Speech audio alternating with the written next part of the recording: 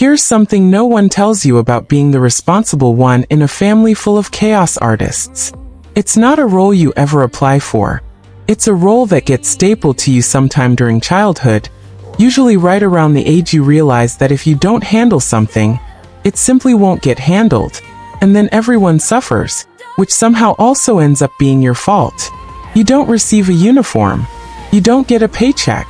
What you get is a reputation for being capable, which is just a prettier word for exploitable. And you carry that reputation until the day you decide to set it down and walk away without a backward glance. I am 41 years old. My name is Kimberly, and last Tuesday, I set it down. I should give you the full accounting because it matters. Not for sympathy.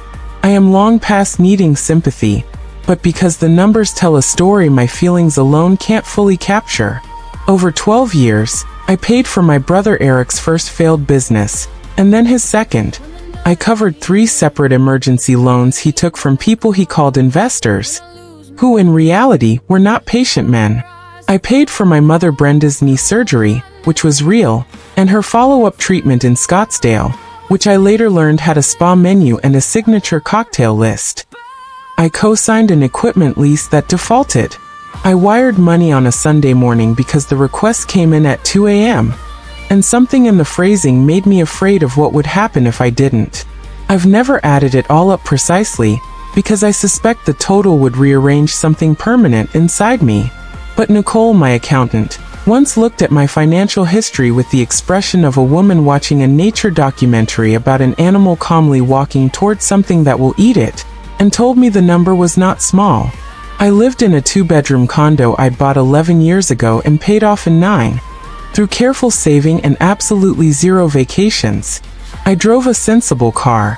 I ate lunch at my desk. I had a retirement account I watched with the devotion of someone who understood, at a cellular level, that no one was coming to save me if I didn't save myself. This is the part where I'm supposed to say I didn't mind. I did mind. But minding felt ungrateful, felt selfish, felt like the kind of thing that would prompt my mother to remind me about everything she sacrificed. So I filed it somewhere quiet and kept going. The text arrived on a Wednesday. I was eating leftover rice at my kitchen counter.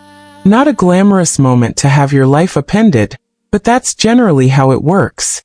My mother sent it to a group thread that included me, my brother, and 2 cousins who only appear in family communications during crises and weddings.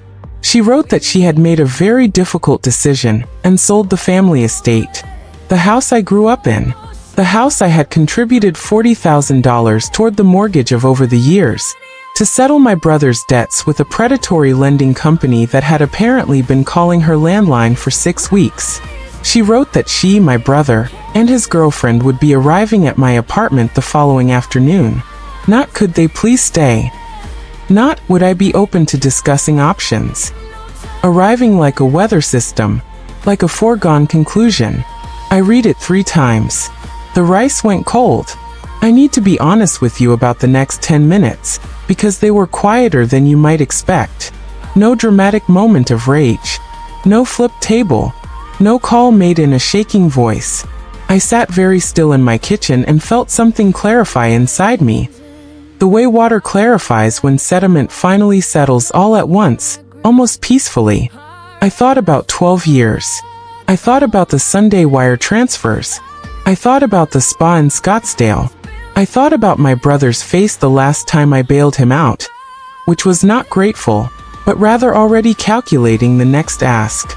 And I thought about the email sitting in my inbox that I had been considering for 3 weeks. A developer named Clark had made an offer on my building, the whole complex actually, but my unit specifically was one he wanted vacant quickly for a boutique conversion project. The offer was above market, meaningfully above market. I had been hesitating because leaving felt like instability, and I had built my entire adult identity around being the stable one. I picked up my phone, but not to call my mother. I need to tell you something, and I want to be direct about it. There is a version of this story where I call a therapist, book a family mediation session, and have a difficult but productive conversation about boundaries. That version exists. I've imagined it many times. In it, I am patient and articulate, and everyone eventually understands their patterns, and we make real change together. I don't believe in that version anymore. I believe in the version where I open the email from Clark's development company and type 2 words back. I'm ready. If you have ever been the person your family calls instead of a professional, the person whose stability everyone borrows against without asking, the person who has been so reliable for so long that no one even considers the possibility you might one day simply not be there. Stay with me. I need you to see how this ends. Hit subscribe if you want the rest. Actually, you know what? I'm going to tell you right now. Stay exactly where you are. I called Nicole first, because Nicole is the kind of accountant who is also quietly a crisis manager. She didn't ask any unnecessary questions when I told her I needed to understand the closing timeline on the developer's offer. She called back within an hour with a number that made my hands steady in a way they hadn't been in years. We could close in 5 days with a clean title. I had a clean title. I had always had a clean title. I called the developer's office next. I told them I was prepared to proceed, and asked if the expedited timeline was still on the table. The man I spoke with, efficient, pleasantly surprised, confirmed it was. We would sign Thursday. I could have a check by the following Monday. Then I called a moving company. Not a full-service move, just labor and a truck for the next morning, plus a quote for long-term storage for everything that wouldn't fit in a car. The woman I spoke with had a calm voice that I found deeply comforting in that particular moment. After that, I spent about 45 minutes on a rental listing website. I had always liked the idea of the coast. The specific coast didn't matter, just the sound of water that didn't ask anything of me, and a kitchen window that faced something other than a parking structure. I found a small cottage 3 states away, available for a 12-month lease. I filled out the application with the particular focus of someone who has made a decision and is not stopping to reconsider it. The application was approved by 8 o'clock that evening. I didn't sleep much that night, but not from anxiety, more from the strange, almost electric feeling of a plan unfolding on schedule. I made lists. I prioritized. I separated what was essential from what was sentimental from what was neither. And I was ruthless in a way that felt like finally using a muscle I'd had all along and simply never exercised. By 6 o'clock in the morning, I was packed. Not everything. Most of it would go into storage.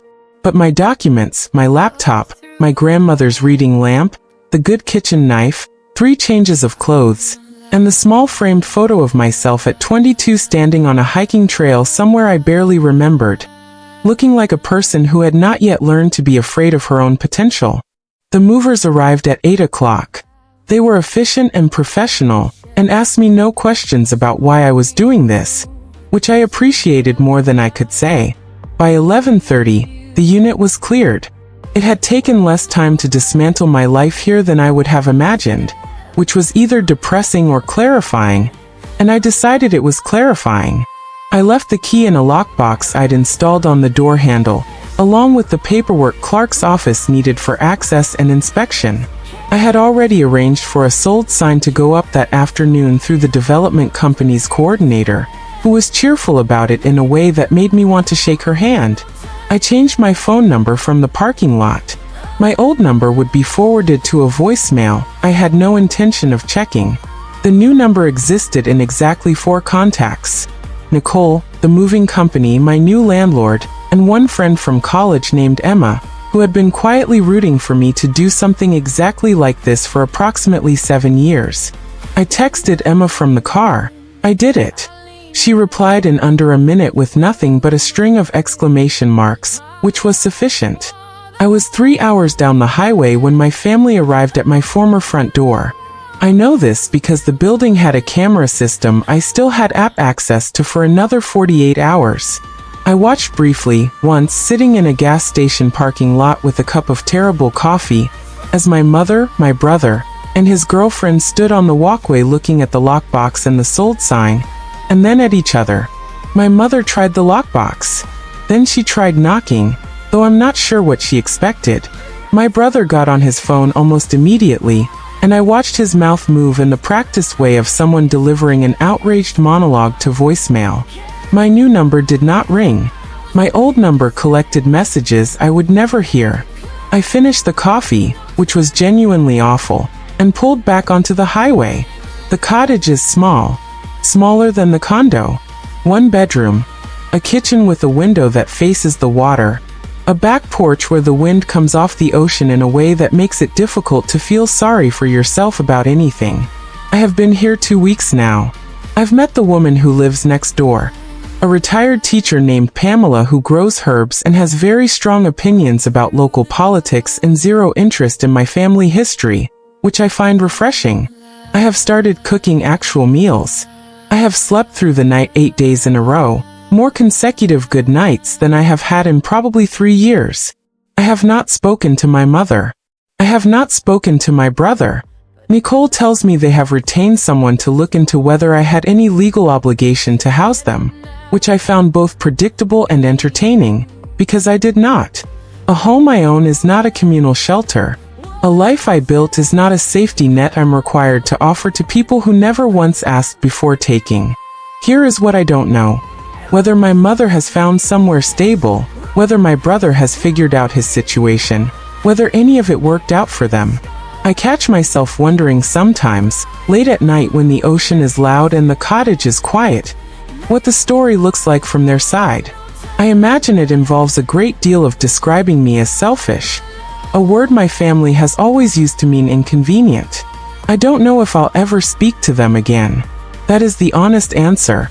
The future is not a story I've already written, and I have learned, somewhat late, to stop writing stories that require me to disappear inside them.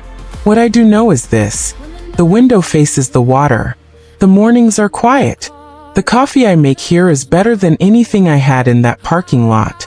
And for the first time in 12 years, the only person I am responsible for is standing in my kitchen right now, watching the light come off the ocean, and thinking, slowly, carefully, with no one looking over her shoulder, about what she wants to do next. New stories every day. Subscribe so you don't miss the next one. And if this one found you at the right moment, type yes in the comments.